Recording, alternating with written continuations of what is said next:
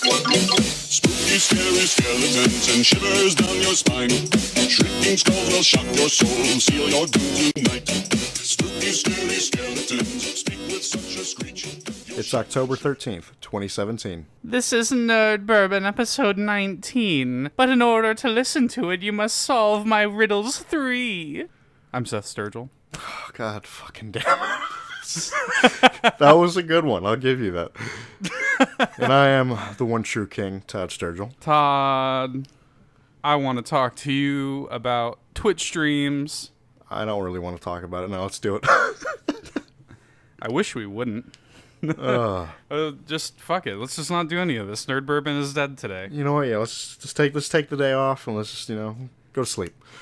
The death of Nerd Bourbon, R.I.P. 2017 through 2017. I want to talk about Twitch streams, Todd, because this week, when you're listening to this, if you're listening to this, it's already too late. Our Twitch streams have concluded for the week. That's some real shit. I hope you hung out with us. That's some real shit, actually. I just realized that. I hope you hung out with us, because we had a grand old time playing games like Resident Evil 7 and Destiny and Bloodborne, and probably some other games I don't know, because it's the time of this recording we haven't actually started yet. Mm-hmm. But don't worry about it though, Todd. The folks at home shouldn't worry. If they missed out on it, it's not that big of a deal. That's not the end of the streams. It's just not going to be a week-long stream like we did this week. Yeah, it's the end of the We're still gonna stream. It's the end of the daily streams. We're going to bring that back down to maybe 3 at the most. That's what we're thinking. We're thinking like 3. I think that's a nice number of of streams per week, considering all of the other shit that we have going on. Mm-hmm.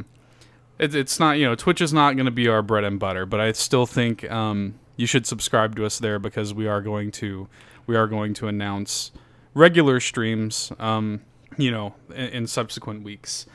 So follow us on Facebook and Twitter for to-the-minute updates on when we're going to be streaming. But Todd, fuck all of that shit. I heard this morning you called me and you were downright aloof. You said on the podcast, I'm going to tell a story about taking a drug test this morning for your new job. Okay, so yeah. So I just recently left a job that I've held for about almost 4 years. Mm-hmm. And so I'm about to get another one. So I'm actually, I went in for the, it's moving pretty quickly. Got the email for the drug test last night, actually. Last night of this recording. So I was looking up the area, and it's like, okay, cool. I can just do a walk-in, the next day. So I went today, and it was an experience. Tell me about it. So tell the folks and I about it. I've been anxious to hear this. So off bat, it's just I hate going downtown Chicago. I live in Chicago. I've lived in Chicago my whole life. I hate downtown. Fucking hate it. If you enjoy downtown Chicago, go fuck yourself. But come on, is that really fair? Maybe the folks at home enjoy it. It's not fair. If you enjoy it, it's good for you. But I hate it. So you are such a hateful bastard. You've been like, if you like ketchup, fuck you. If you like downtown Chicago, fuck you. If you like anything that I don't like, fuck you. That's the American way. So yeah, it's already started off bad. It's, I woke up I woke up at 5 a.m, and I already made a mistake for this. I made a fucking mistake. Because everybody does this in the morning. They just don't even think about it. They go to the bathroom. Oh, dude, the first thing when I wake, because my morning is 10:30 p.m. Mm-hmm. And when I wake up, before I go to work, that's the first. I roll my fucking fat. I roll my pupa and my larvae out of bed, and I sort of waddle my way to the bathroom, and I sit there for about 15 minutes contemplating suicide. Mm-hmm. So I made the mistake of, because I woke up, I didn't even think about it. I forgot I was doing the drug test that morning, so I just I walked in there. And after I finished, I looked in the mirror. I'm like, Todd, what the fuck did you just do? You needed that. You needed that. And now that's... Oh wait, so you didn't do the bathroom ritual this morning? You said no. I did. I ended up fucking my shit up. So literally, basically, So, I ended up getting, I jump on the train, go downtown, and off bat, one of the reasons I hate downtown, it's confusing as shit to find anything. So I'm like, I walk the wrong way, and for the building, but then I figured it out, made my way into the building. You don't just like use GPS on your phone or anything? That's exactly what I had to do. The moment. Yeah. I legit put that on. I'm like, okay, I went the wrong way. Let's go back that way. Okay. So I ended up getting into the building. I had to sign in, all that. I got there at 9:10. Remember that time because I didn't leave until about 10:30. I was going to say, is the time really going to be that important to the story? It is, because this is a piss. This is all it is supposed to be me going into the bathroom, taking a piss, and walking the fuck out. Yeah. That's not what happened this day. That doesn't sound like it. So, I'm sitting there maybe waiting for about like, I tell the person working there, I'm gonna drink a little more water, get a little ready. Prepare the apparatus. Exactly, but there's something brewing. No. I feel it brewing, but I'm not gonna worry about it just yet. So I'm just drinking water. I probably drank like 2 days worth of water. I'm gonna be fucking real. I drink a lot of water, so 2 days worth of water is like literally the Pacific Ocean for me. So they call me in for the first time, and I'm in that bathroom, like just sitting there with everything out, just sitting there with a cup, just sitting there for like 5 fucking minutes, and I'm like, just waiting for something to happen. Just waiting for something. There's nothing's going on. I'm like, fuck it. And she's like, oh, if you can't do it, you just have to sit out there and drink some more water, wait for it. I'm like, all right, cool. I'll do that. It's like I've been already here for like an hour. Nothing happened. And I was actually shit-talking with a couple of the other guys in there for some drug tests. Same guy. And one of the dudes actually had the same issue. Couldn't take a piss. He fucked up, too. He took a piss in the morning. It's weird. I every time I've ever done a drug test, I've done like maybe 2 or 3 in my lifetime. And every time I've done it, like I've never had that problem. Like I just like kind of go in there and just kind of do it. Now, I figured out I have prostate cancer. with the second time I finally got called in, I was like, I told him I think I can get something out.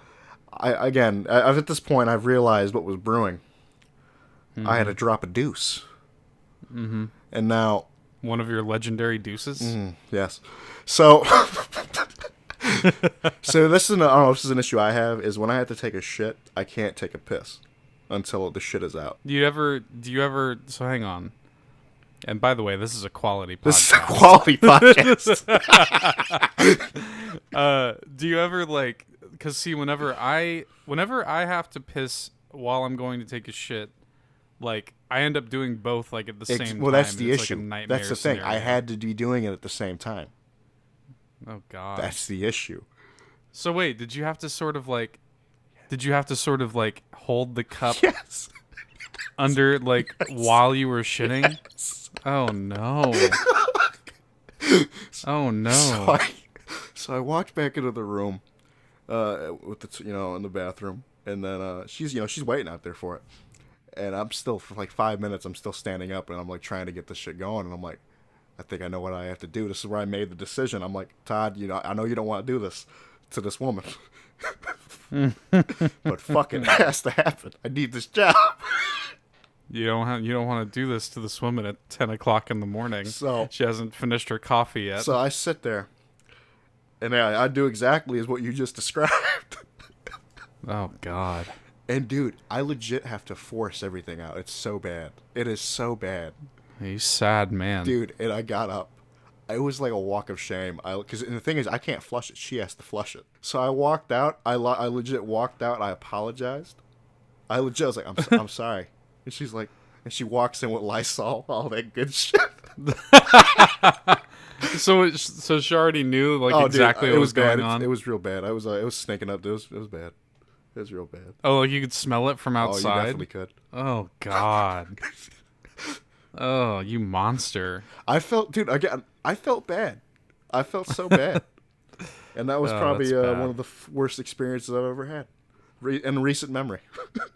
Yeah, she's got a Halloween story to tell. That's pretty good. This is a fucking quality podcast, ladies and gentlemen. You've got everything you need here.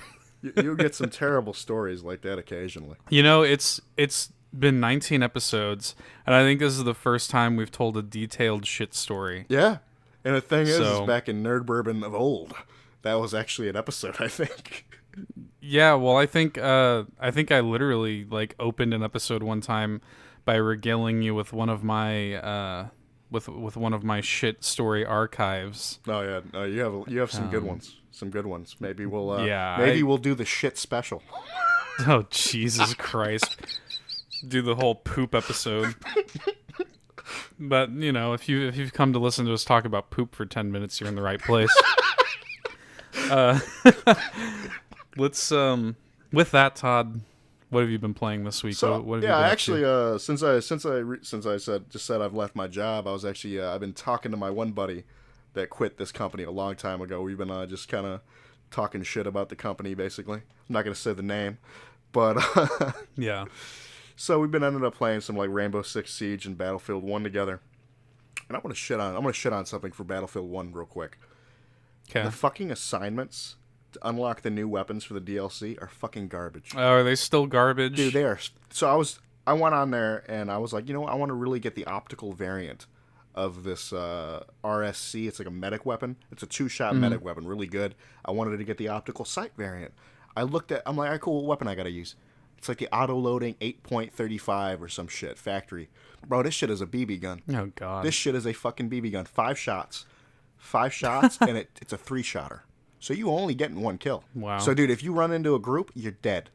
But here's the thing: it's actually not that bad if you run on one person, because you'll usually outgun them because it can shoot really quick. It's like boom, boom, boom, boom, like like really quick, Right. like really fast fire rate.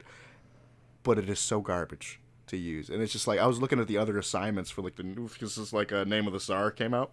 Yeah. It's just not even worth it. Some of this shit. They're always so bad about that shit.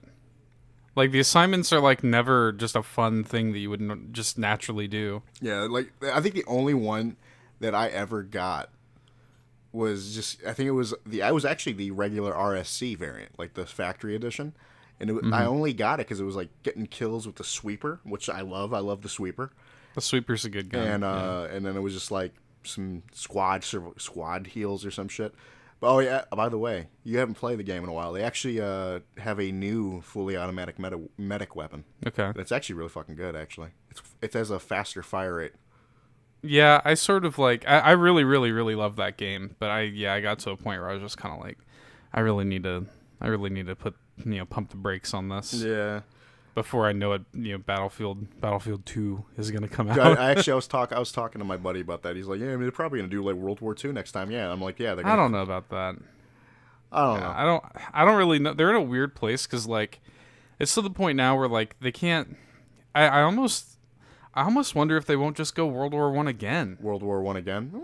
Maybe. Yeah, because like World War I is still very like untapped potential. Like it is.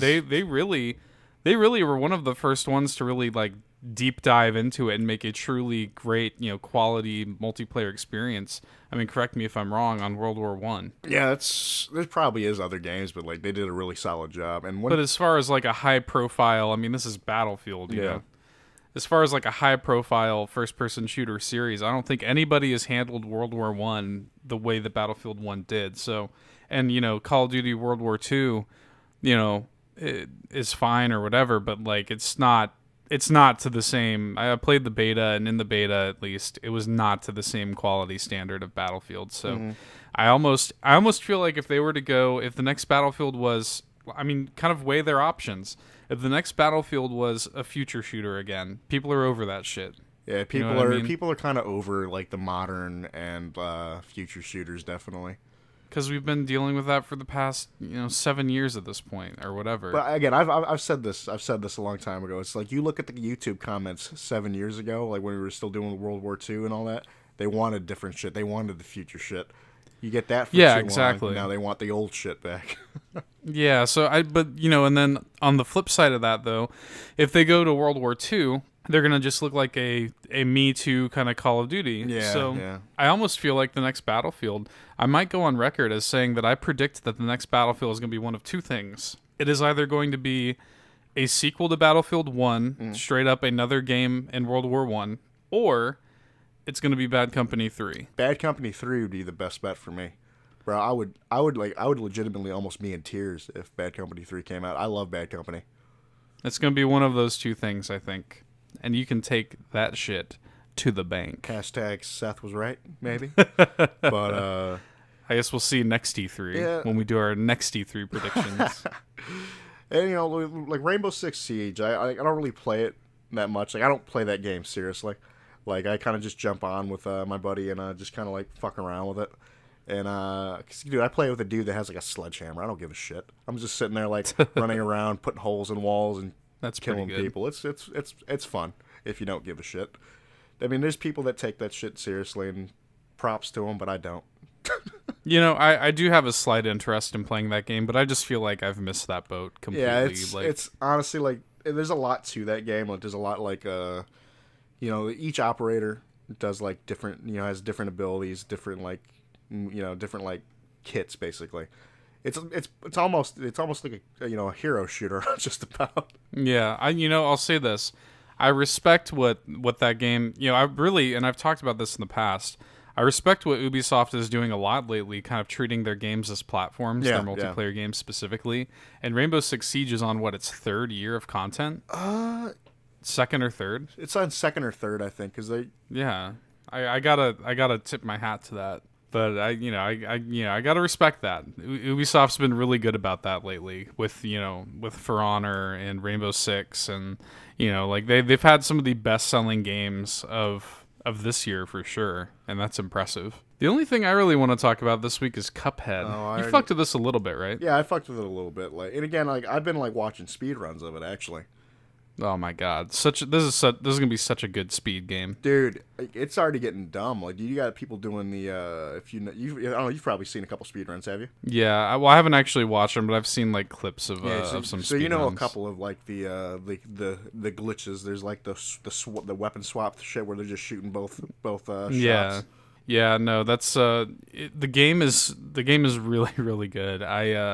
I haven't finished it yet. I'm on like the final sort of island. There's like 3 kind of hubs, and then you do like the last 2 kind of fights. And the game's been in development for several years, by a very very small studio MDHR, and from what I understand, they were taking this game around as sort of a boss rush game. I mean, it still kind of is in a certain It still extent. kind of is, yeah. But they were taking it around, and I think Microsoft actually foot the bill for a lot of it so that they could have some platform exclusivity. It is still on Steam and stuff like that, but you're only going to play this on PC and Xbox One, at least for now. I don't know how that's going to work in the future, but for now, it's only on Steam, on PC and Xbox One.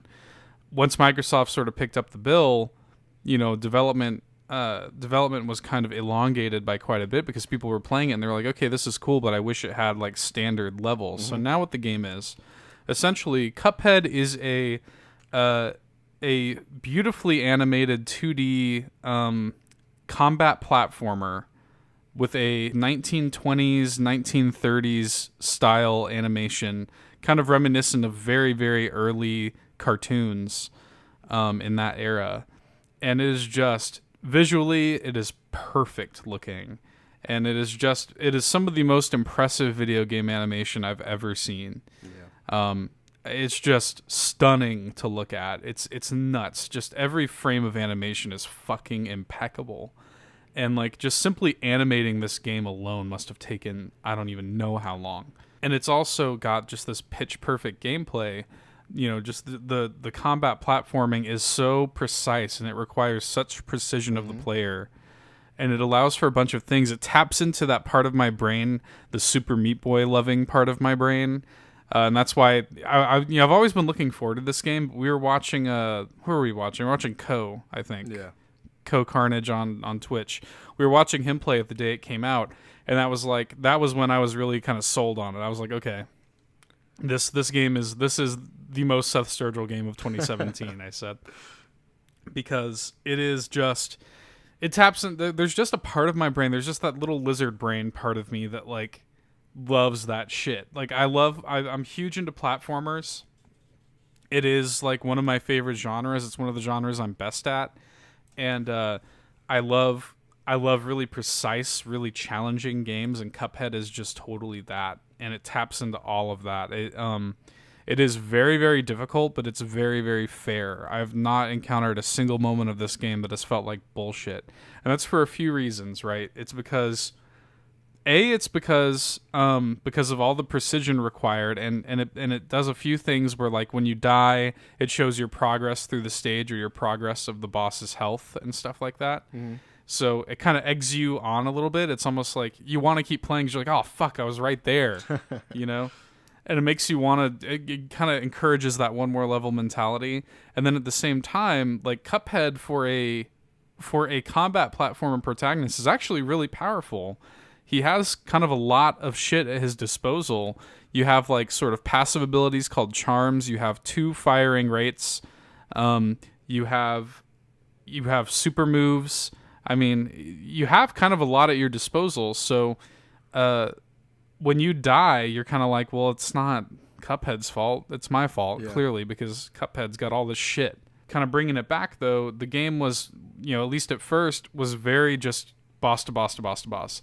And Microsoft picked up the bill, I guess, and was like, okay, let's make a little more game behind this. So now what it is everything that I just described, but under...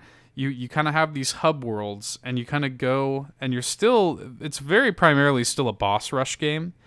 You're kind of going from boss to boss to boss, and then peppered in, there's also some what's called running gun levels, which are more traditional sort of levels. And it's just really, really good. The music's really good. I really don't have any bad things to say about it. The only complaint that I have, the only thing that I advise all players to do is to fuck with the controls when they first booted it up. And that's been kind of going around the gaming news sites and stuff. The default control method, I don't know what the fuck they were thinking. Like, when you plug in your controller for the first time and you go to play Cuphead, like, mess with the controls and change them. That's some real shit, because like the controls were annoying me when I was playing. Yeah, like, I instantly changed the controls to make them make more sense. I don't know what they were thinking, but it's really good. You should check it out. It's, I think, $19.99, and I don't know. It's one of those things, like, I'm working through it pretty slowly. I think I've put in like 4 or 5 hours. Your mileage may vary. I think the speedrun record right now is like under 30 minutes? Yeah, I think the speedrun last time I checked was like 29 minutes and something. Yeah, so I mean it's nuts, but I've put in, you are beating your head against some of these bosses, just trying to learn their patterns and stuff like that, and the most effective way to take them out. But like, the game is so fun, and it's so precise, and it's so based on what you're doing as a player. Like, it doesn't matter that you're having to redo these sections. You want to overcome these odds, and it sort of maybe taps into that Dark Souls part of my brain a little bit. I really, really love it. I couldn't recommend it highly enough, and you can expect me to be talking about this game around Game of the Year time. Well, I'm happy you brought up the whole Dark Souls thing, because I actually wanted to say something before we move on. Okay. Just because a game is difficult in this era, do not let us as a race of people. Very PC of you. Just stop calling shit the Dark Souls of this type bullshit. That's true. Yeah, that is true. Like, you know what I don't think people realize? I'm going to try to make this rant. We're on a little bit of a time constraint, so I'm not going to rant too much, but Dark Souls isn't that fucking hard. It's not. It is. I would say Cuphead is more objectively difficult than any of the games in the Soul series. Now, the Soul series gets a lot of like, oh, it's really hard. It's really not. It just has I've said this about the Dark Souls games, has a learning curve. Has a steep learning curve, but the moment you learn that shit, it's not that big of a deal.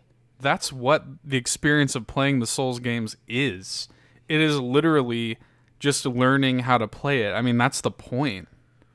That's the point. And like, once you learn how to play it, they aren't very difficult. I mean, yeah, are there some challenging parts? Of course, that's what makes it fun. But yeah, it's like, honestly, what I was getting at is just like, I hate when a difficult game comes out and I just hear like, oh, this is the new Souls game. I'm like, oh, fuck off.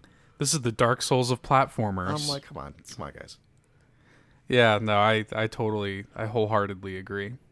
But let's move on. We're it's Friday the 13th, Todd. So we felt it was appropriate. We alluded to this on the last episode, but we felt it was appropriate to kind of do to take our podcast in a Halloweenian direction, as it were. So I wanted to talk about Halloween. I wanted to sort of talk about Halloween generally. I wanted to talk about shout out some of our favorite horror games, our favorite horror movies. Shit, man. Let's. How do you feel about Halloween? I actually enjoy Halloween for the most part. Like, you know what my Halloween tradition is? What's that? Shutting all the lights off, locking my door, acting like no one's home. Well, I don't really have. I wouldn't go as far as to say that I have Halloween traditions, but I do. Even as an adult, of course, I don't go trick or treating anymore, and I'm not cool enough to be invited to Halloween parties. But I do still like to buy some candy. Oh yeah, I feel that.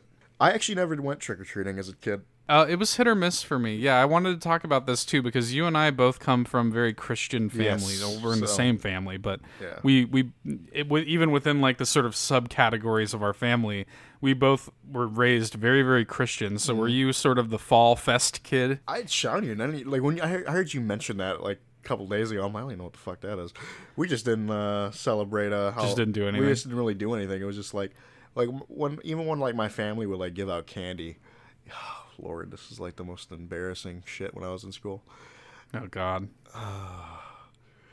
My mom would make these like baggies of candy, but inside Would she include like a church program? Yes. Oh, how did I know we were like going track. there? It's like a track right. and shit. And it's just like, there's people that I go to school with. I come into the house, I'm just like, oh shit. Like, Todd, your house is fucking lame.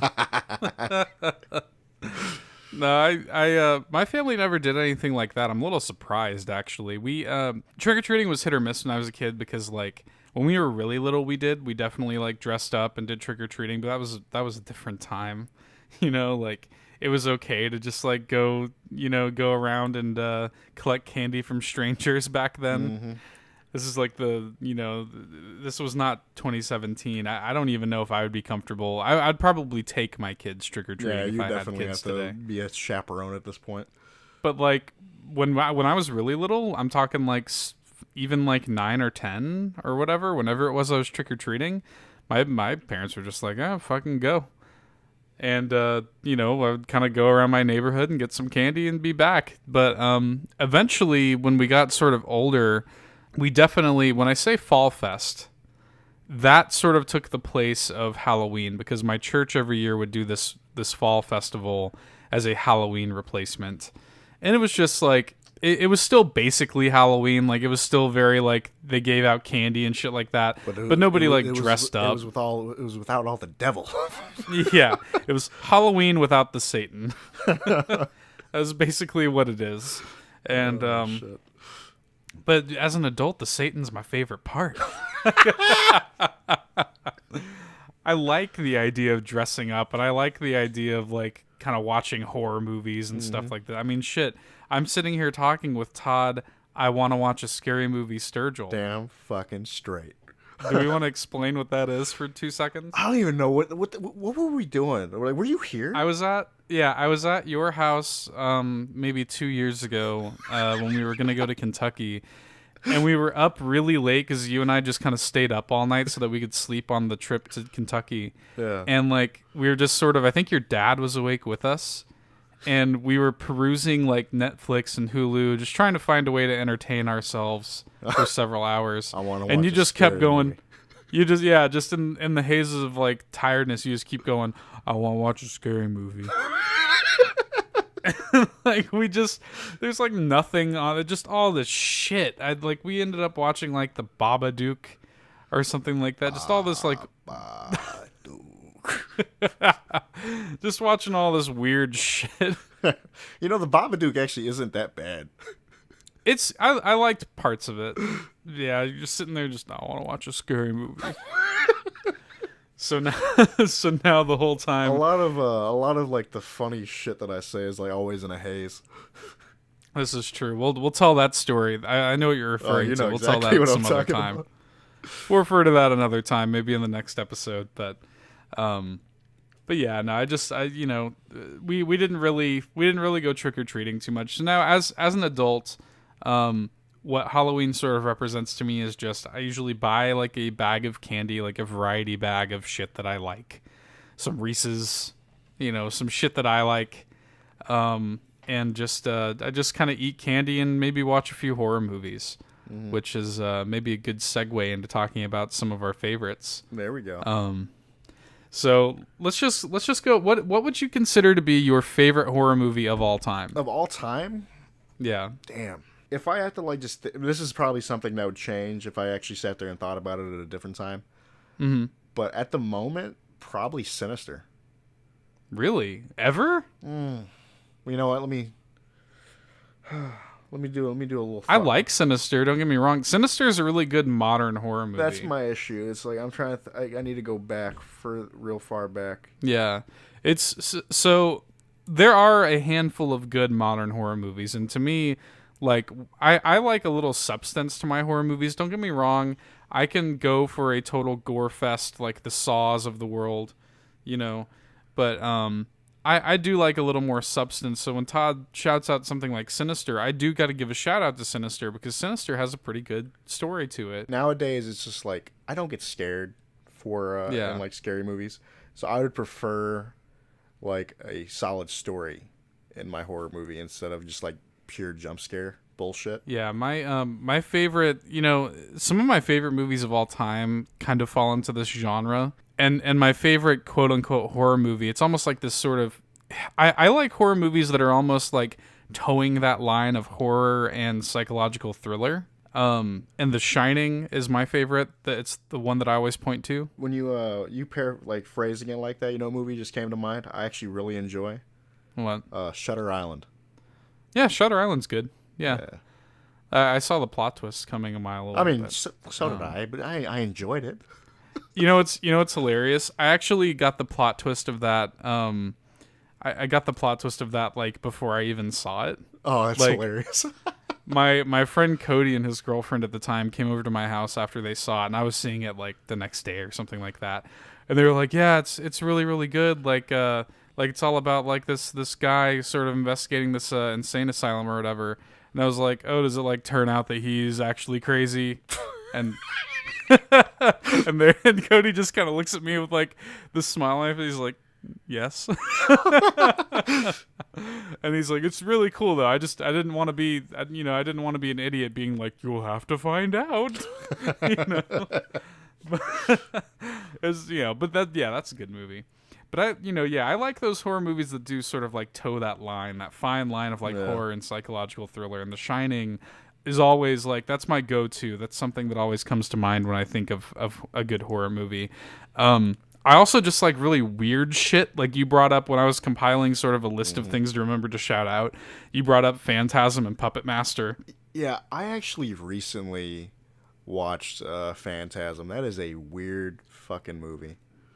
I love it. I love those fucking weird, just fucked up horror movies. Like those, there's just shit happening that like, it's almost surrealist horror. Like your mind doesn't even comprehend it. It's so weird. You're just trying to unpack what's happening on the screen. And Hellraiser maybe falls a little bit into that as well. And it toes the line of being like gore porn almost. Yeah, Hellraiser's borderline BDSM. Yeah, that's some real shit. And, I also, you made a point to make sure that Carrie got put on here. Yeah, you got to give Carrie the respect that it deserves, because it is the whole, the good old Carrie moment, which is really not that big of a deal, but respect it. Yeah. A few other, we're jumping all over the place, I know, but a few other kind of modern horror movies that I really enjoy. So, like, we already shouted out Sinister. We talked about this in the It spoiler cast, but Mama is a really solid modern horror movie that is just it's a good mix of jump scares and also just like creepy imagery and also just a good story. Mm-hmm, yeah, it's definitely up there for one of the better modern horror movies. Like the one scene that always stuck with me in that movie was that fucking kid. The creepy kid. Yeah, running down the hall. backwards. Yeah, bro. Yeah, I hate let me that. see. You ever do that shit? Anybody ever do that shit to me? They're getting kicked. That like backwards crab walk kind of thing. Yeah, I hated that. That shit just disturbs me. Body contortion bothers me. Yeah. But I also The Conjuring is another good modern horror movie, sort of in that the thing that I really like about The Conjuring, you know, the story is kind of whatever, and it's spun off all this Annabelle bullshit. It spun off all this stuff, but like what I really love about The Conjuring is it feels so like old school. Yeah. Like The Conjuring feels like it was ripped right out of the 70s. Like it feels like a total pastiche of every horror movie from that era, that sort of Exorcist kind of horror movie, and uses a lot of practical effects, and I really like The Conjuring a lot. Yeah. I didn't watch any of the sequels or anything like that. I didn't care to, but I really like that movie a lot. My favorite though, and this toes the line. This is more of a thriller than a horror movie, but Get Out. That is It's so definitely good. more of a thriller, but I'll allow it. Yeah, Get Out is so fucking good. Like that I'm telling you, go see that movie.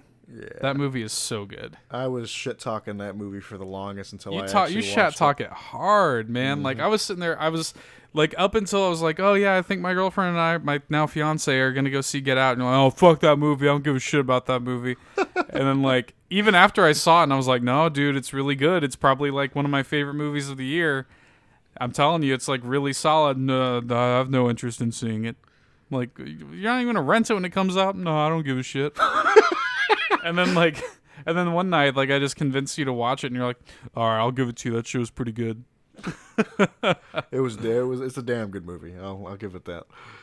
What I love so much about Get Out is it like that movie is like fine tuned to like he plays with the audience so much in that movie. Just when you think something's going somewhere, he loves to flip it on its ear, you know. Mm-hmm. And it's awesome. I love that movie. But the another one that I really want to shout out. This is another of my favorite movies of all time, The Thing. Okay. Oh my god. I love, and you know, even just like thinking about it, I really want to pick it up again, because The Thing is such a great, like, no, I don't think any horror movie sets a tense mood quite like The Thing did. Yeah, I definitely agree with that. And just that sort of like that feeling of entrapment that The Thing has, like it is so, it's like tense to watch. And I mean, if you want to talk about disturbing imagery, like that movie is the king of it. Definitely. Just from all of the design of that movie is so impressive, and I love it. I will give a shout out to the classics, like, you know, the Friday the 13th or the Nightmare on Elm Streets of the world. But I'm not gonna lie to you, those are not, like, when I go and I watch horror movies, those are not the ones that I grab immediately. I'm not really too in on the slasher flicks. Yeah, I'm not huge into slashers. The one that I do really like, the one slasher that I sort of own on Blu-ray is the first Halloween. Okay. I really like that movie a lot. It's a really good horror movie, or slasher or whatever. You know, horror has all of these little subgenres. But this is not a horror movie at all, but this is another one I put on the list because it is a very, this movie is a tip, is if I do have a Halloween tradition, this is something that I like to do, is I like to get a big old bowl of candy and I like to watch Shaun of the Dead. I saw this on the list and I was so happy because I'm like, dude, I love that movie.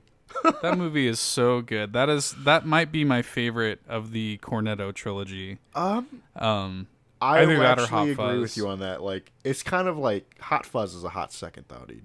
Yeah, like if Shaun of the Dead's a 10, Hot Fuzz is like a 9.9. Yeah, like they're both excellent movies, and Shaun of the Dead to me just has that right mix of like just like it's so much fun to watch. Like it's so breezy, and like it gives you those Halloween vibes, and I love it.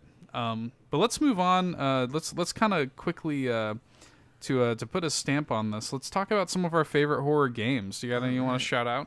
I think one of the ones that I told you was Dead Space 1. That was one I was so glad that you said that, because if you didn't, I totally would have. Yeah, because that was when Dead Space was scary in my eyes. The first Dead Space Bro, is that shit. That game was like, I was tense while playing that game.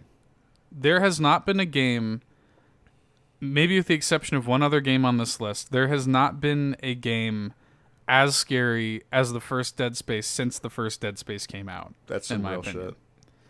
Like, Dead Space 1 is such a fucking phenomenal game, and I think it might be a little underrated in that, you know, I think people look back on Dead Space fondly, but, like, Dead Space 1, like, no, seriously, Dead Space 1 is, like, BioShock good.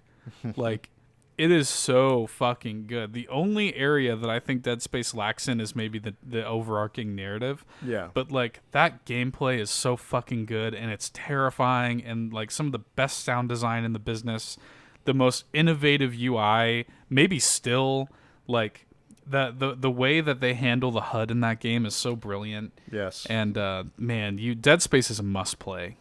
It is a must-play. But like I said, there only one other game that I can think of as being as scary as Dead Space 1 since Dead Space 1 came out in, I think, 2007 is PT. The sort of you know what hurts me about PT? The fact that it's not coming out. Yeah, exactly. It's just like Yeah. I would have loved to see what the hell that was going to be. Oh my, that PT demo was fucking amazing. Like, I really wish I was one of those people that just kept it on their consoles, because you can't even re-download it anymore. But, like, it was fucking amazing. And, like, I love the way that sort of game really kind of brought the gaming community together to figure out what the fuck it was. Mm-hmm. And then when the prize at the end essentially was, oh, hey, Hideo Kojima and Guillermo del Toro are making a Silent Hill game. Like, that's amazing. Okay, cool. And then it all, you know, goes to shit and gets canceled. Yep. Which sucks. But PT is fucking terrifying. Like, PT actually, like I felt like chest pains playing PT. Like, I literally thought I was gonna have a heart attack playing PT. It was so good. And you know what's funny is as amazing as PT was graphically, they actually had dumbed down the graphics. Damn. I remember Kojima talking about it. He was like, we actually dumbed down the graphics considerably because the guys, when they announced PT at, I think it was at Sony's E3 that year, they were like, oh, this is being made by some new indie studio. And they didn't realize that it was, you know, Kojima's team, and it was like, you know, the Fox engine. So they actually dumbed down the graphics considerably so that you would believe that it was feasibly an indie studio. That's funny. So when Silent Hills would have come out, it would have been even better looking, like even more fucked up than it already was. That's fucked up. So it's a damn shame that Silent Hills is not going to be a thing, really. But I'm still very much looking forward to Death Stranding. And I was actually like, if you didn't bring it up, I was going to bring it up. Yeah, because we'll see that sort of looks like it maybe has similar vibes, and even to the point where like Guillermo del Toro's in it and Norman Reedus is in it, you know. So shit, they got my shit. I think my boy Mads Mikkelsen, whatever his name is. No, I'm just saying that I love Mads Mikkelsen, but I was just kind of relating it back to the Silent Hills thing. But you know, like it sort of seems like Death Stranding is going to pick up the bones of Silent Hills a little bit. But you know, leading off of that, I got to shout out Silent Hill 2 really quick. Still one of my favorite soundtracks of any video game ever. I think honestly that's one of the better Silent Hill games in general. It's the best Silent Hill game in my opinion. Yeah. Like having played most of them, like Silent Hill 2 is by far my favorite. Silent Hill is shit. Did you ever play 6? That shit's terrible. No. I'm good on that shit. It's terrible. I'm gonna let you know. I really love the Resident Evil series, and actually streamed Resident Evil 7 this week, and I assume it was a good time. But my favorite game in the Resident Evil series is Resident Evil 4. Holy shit! I don't know exactly how many times I've purchased that game, but it's got to be approaching like 9 or 10. Like, that game is so fucking good that whenever I see it available for purchase on a platform, I can't even help myself. I respect that. I just got to buy it. I respect that. There are a few games that are like that, and that is totally one of them. Excellent game, and still to this day scary. Shit, you made it a point to make sure I put Outlast on here. Oh, dude, Outlast is fucking terrifying. It's a great game too. I love Outlast.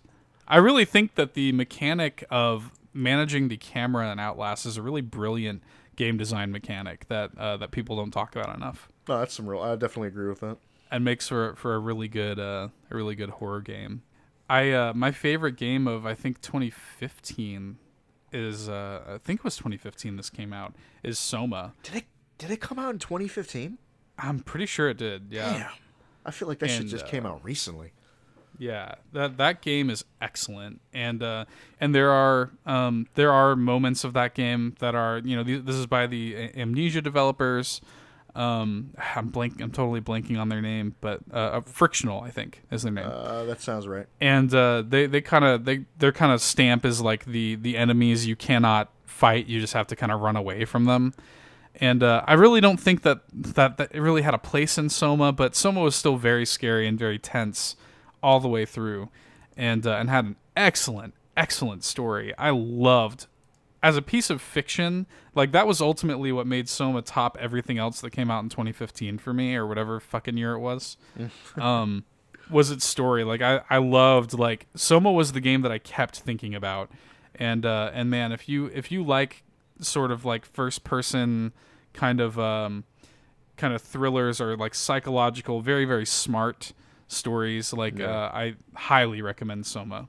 Another game sort of piggybacking off of that is Eternal Darkness on the GameCube. Did you ever play this? No, I have not, so I'm looking forward to hearing about it.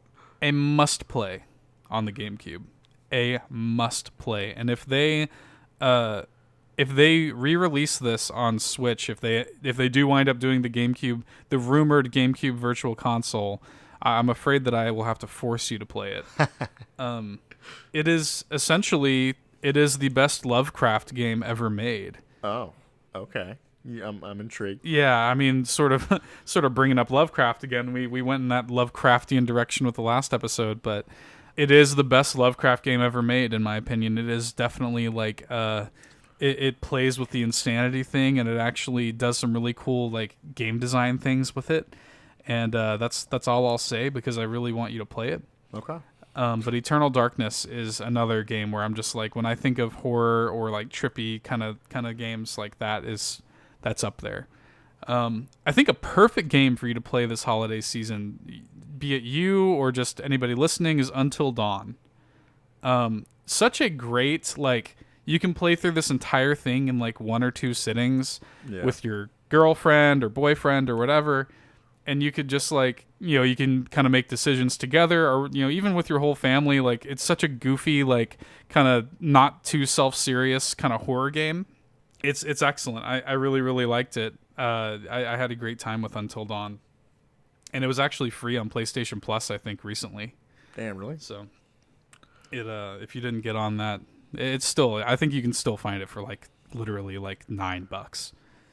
So it's well worth it. I think that is such a perfect game to play this Halloween. The last one, do we want to talk about Condemned a little bit?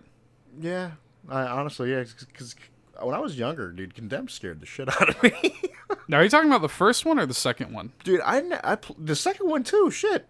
You know what's funny? I thought the second one was a really, really solid kind of action horror game, which is a little bit of a redundancy, but up until the very end, where like he starts getting like screaming abilities and like he just kind of kills everybody by yelling at them, like that was a little stupid. Again, I was even talking when I was coming home, I was like, dude, the second one just gets weird.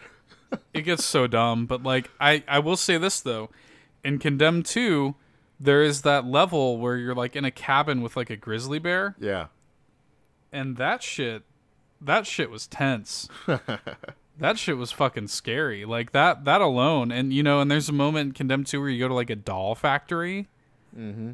And just even the words doll factory as it relates to horror just freaks me out in general. Mm-hmm.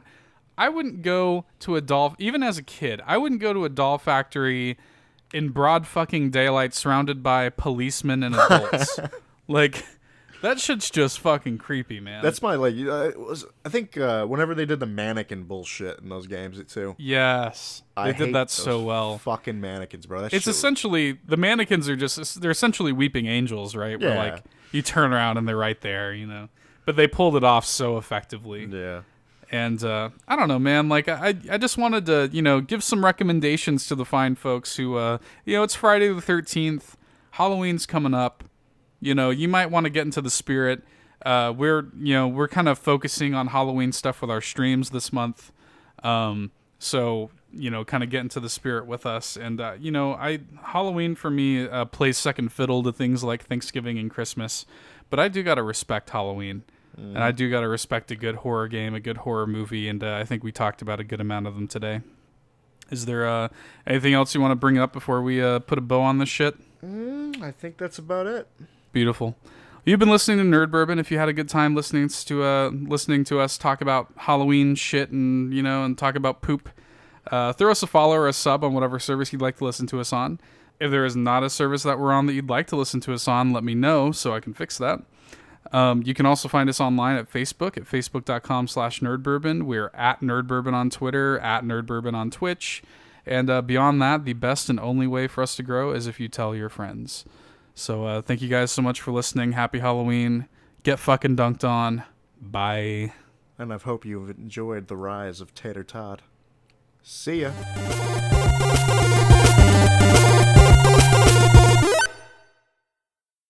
We're so sorry, skeletons, you're so misunderstood. You only want to socialize, but I don't